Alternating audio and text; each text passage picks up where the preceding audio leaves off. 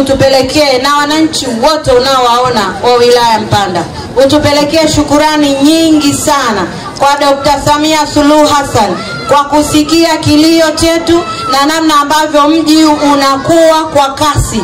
Akatuletea fedha shilingi bilioni 21.9 kwa ajili ya ujenzi wa hizi barabara tu. Huu ni upendo wa hali ya juu, na mama akiahidi, mama anatekeleza. Mheshimiwa Mkuu wa Mkoa, tunaomba utupelekee shukurani nyingi sana kwa Dr. Samia Suluhu Hassan. Mimi pamoja na viongozi wenzangu tunachokiahidi kwako Mheshimiwa Mkuu wa Mkoa, tutafuatilia huu mradi kila wakati. Kwa mujibu wa taarifa, mradi huu unaanza kuanzia tarehe 1 mwezi wa 11 mwaka huu wa 2025.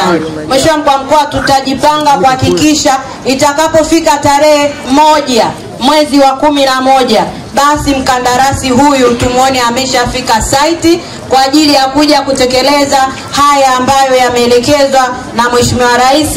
Na mimi Mheshimiwa Mkuu wa Mkoa nikiwa msaidizi wako, ninaahidi kwenye hili pamoja na wenzangu wote tutasimamia kwa dhati na kwa ukaribu wananchi waweze kunufaika na matunda haya ya serikali ya Dr. Samia Suluhu Hassan.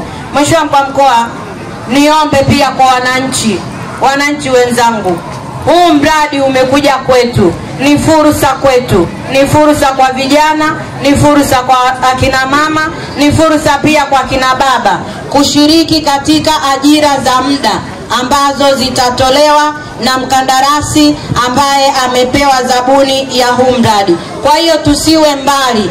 Mimi Mheshimiwa Mkuu wa Mkoa niahidi, nitawapigania wananchi wa Mpanda, haswa vijana, wanawake, akina baba waweze kuwa watu wa kwanza kabisa kupata ajira. Ziwe ni ajira za muda, ziwe ni ajira zile za kitaalamu kwa wale ambao watajitokeza kwa ajili ya kutaka ajira kwenye huu mradi. Mheshimiwa Mkuu wa Mkoa, niahidi hapa kwamba nitawasimamia kuhakikisha hayo yanatekelezeka.